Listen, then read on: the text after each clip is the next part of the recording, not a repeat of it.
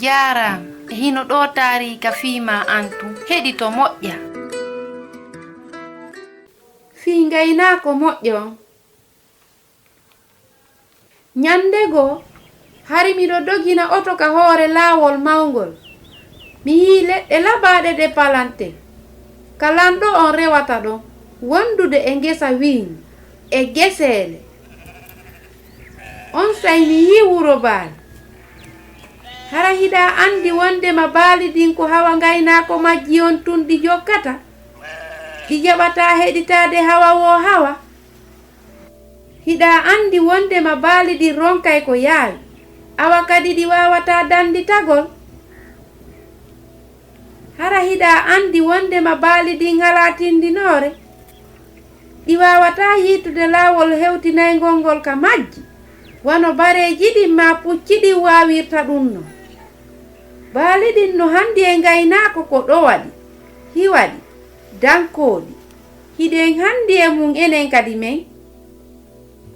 Nde mi yii baali wo, mi anditay ko Isa joomi on maaki kon. Ko mi woni Ngaynaako Moƴƴo on. Baali an ɗin kan heɗoto lan, ɗi jokkay lan kadi. Ko kanko annabi Isa woni Ngaynaako Moƴƴo on. Ko enen woni baali makko ɗin. E hino ɗo ko annabi Isa sifi nyandego. Hari Ngaynaako no mari dammi temedere. O ardiiɗi haa e nokkeeli hecciɗuɗi e ka ndiyam laaɓuɗam woodi. Nde kulle burure ɗen ari wo, o yi'a e bone on, o hiwa wuro ngon. Baali ɗin hari no hiwa fewndo ko ɗi woni takko Ngaynaako on. Hari hiɗi e jam. Ka kiikiiɗe, Ngaynaako on arduto ɗi haa ka kula. O lima ɗi. Fii dartugol si tawi ɗi fof ɗi hewtiti. 97, 98, 99 tun gooti no heddi. Ngi jokki laawol ngi majji, ngi ronki e ngi lo'i. Ngi woni e aatugol faabo. Andutu si baali alda e Ngaynaako haray ko majjungi. Kono Ngaynaako no yiɗi baali ngi. O yahi fii ɗaɓɓitoygol haa o yiitoyngi ka coppi. Wondude e weltaare moolanaande. O wakkiingi. O addingi haa ka makko.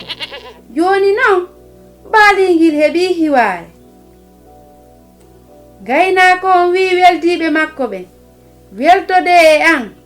Ko fii mi yiitii baali am majjunongi ngil. Ngil baali bajjil hari no hittani mo fota. O ɗaɓɓiti ngil. O yiiti ngil. Himo yiɗi ngil.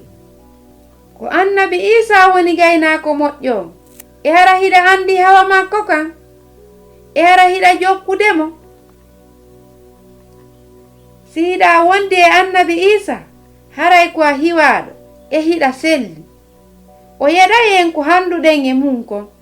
Himo wondi e men soono wo. O accirta en hoore men enen tunde sattira ɗen. Ɗum e tawde yimɓe buyi woɗɗitino mo ɓe jokki laawi maɓɓe ɗin. Hiɗa waawi miijaade ko fii on ɗum o huwanta ɗum. Ko Husaynatu wonno e yewtude mo. Mi weltanike ma fii ko heɗitiɗa kon. Hiɗen e saayi.